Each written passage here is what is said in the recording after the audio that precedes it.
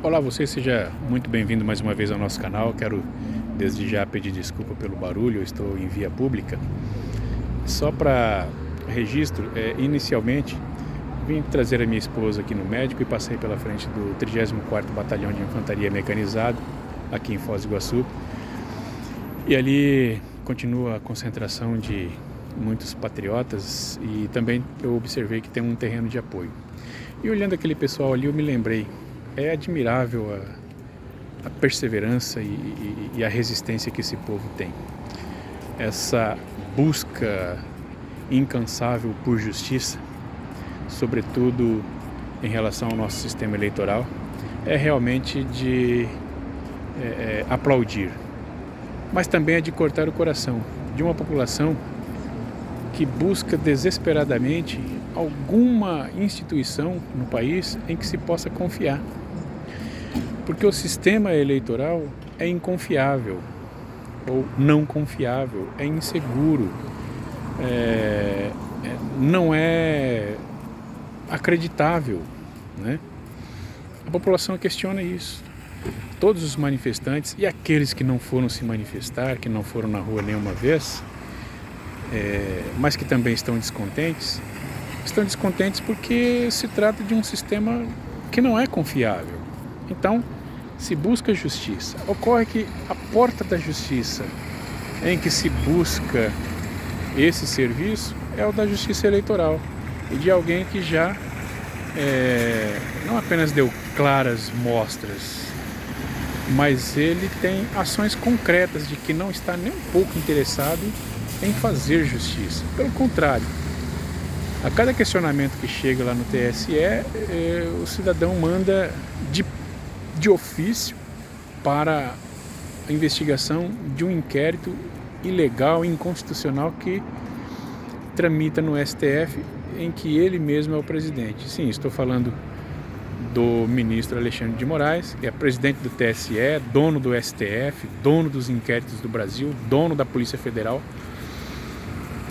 dono da ação penal no Brasil, e ele é o próprio legislador, constituinte, vítima, investigador, julgador e carrasco. É revoltante o que ele tem feito. Não é apenas asqueroso, mas é revoltante. É coisa que dá raiva.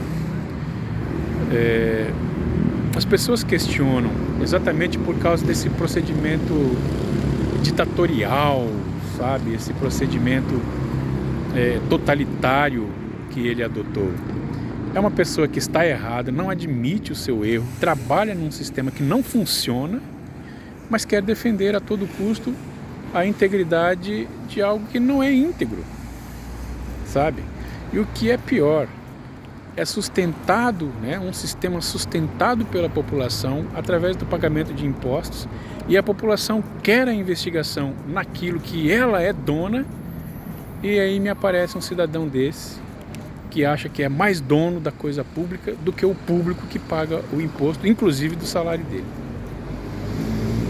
Aí hoje, dentre várias outras situações que já ocorreram, petições que foram feitas ao TSE, o Partido Liberal, que é o partido do presidente Bolsonaro, através do seu presidente efetivo, Valdemar da Costa Neto, apresentou uma petição, não só questionando, mas pedindo a impugnação das votações em cerca de 258 mil urnas, que teriam a sua numeração patrimonial única. Ou seja, são essas 258 mil urnas que têm o mesmo número patrimonial. E daí como que você vai fiscalizar? Como que você vai garantir que a urna A, B ou C foi fiscalizada, foi feito teste de integridade, foi feita aquela exibição pública, se a numeração patrimonial é a mesma? Você vai perguntar, urna X é essa aqui, mas o número patrimonial é o mesmo. Como vamos garantir que ela foi realmente fiscalizada, testada e que realmente ela tem algum tipo de aprovação? Fora isso, existem outros dados que o PL apresentou lá no TSE. Muito bem. Não é só o número patrimonial, tá? Ocorre que são 258 mil urnas, um trabalho feito no segundo turno. Aí, uma vez apresentada a petição, de acordo com o CPC, cumpre ao juiz analisar o objeto delimitado e então proceder o julgamento, a análise de mérito, ou abrir o processamento para que se façam as alegações e, por fim, julgar o mérito daquele objeto que foi delimitado na inicial, até porque a inicial foi apresentada pela parte interessada. Porém, desobedecendo o que estabelece o CPC, ele deu um prazo de 24 horas, num despacho relâmpago, para que o PL apresentasse também os dados das urnas do primeiro turno, que são as mesmas que foram usadas no segundo. Ele não tinha que fazer isso. É ilegal, é imoral, é inconstitucional e é bastante alexandrino isso. Coisa de ditador, né? Coisa de ditador, porque ele tem que se limitar a analisar o objeto que a parte apresentou.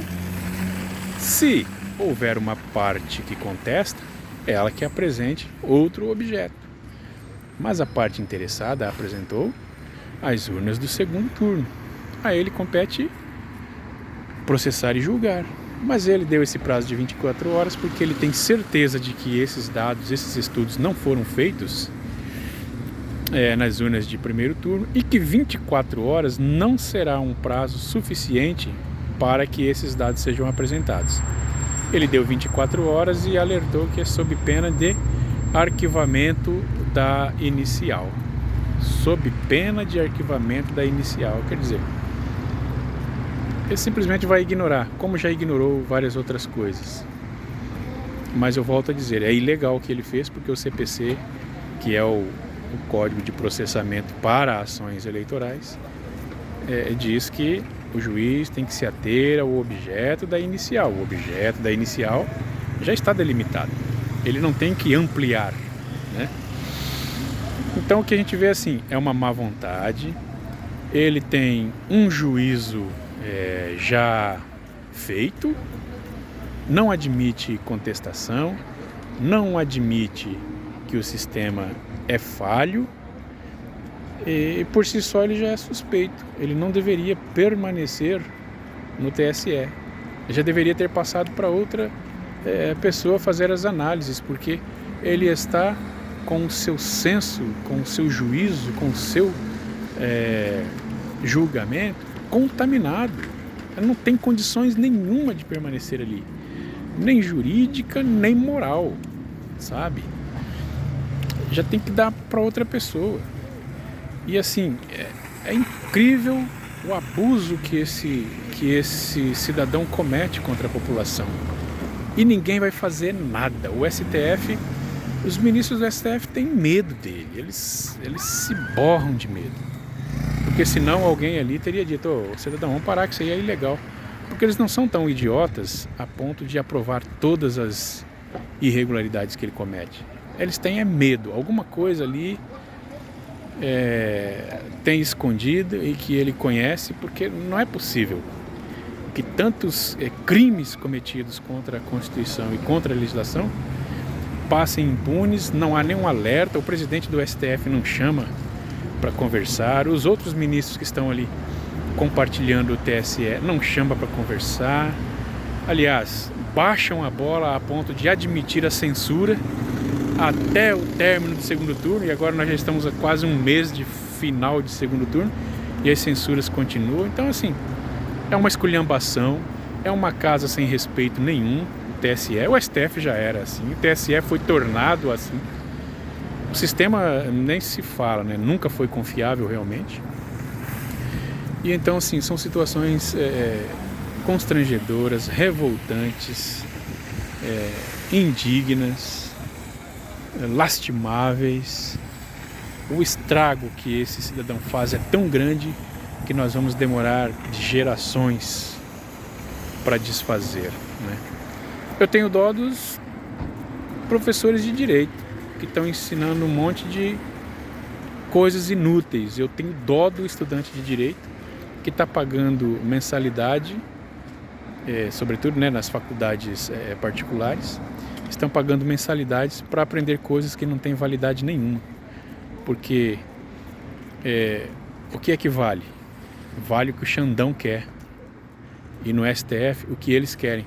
Não existe mais no Brasil notório saber jurídico para ser ministro do STF. Existe trânsito político para ganhar o cargo e depois que entra lá faz qualquer besteira, porque não importa a lei, não importa a Constituição, não importa nada. O que importa é a cabeça do julgador que contém ali nas suas mãos o processo. Eu volto a dizer, é revoltante, é lastimável, é nojento, é asqueroso. Sabe o crime hediondo? O crime hediondo é hediondo porque é assim, ó, é repugnante, repulsivo, asqueroso, nojento, que causa asco, que deve ser repudiado, uma coisa repulsiva. É isto. A atitude dele é um crime hediondo.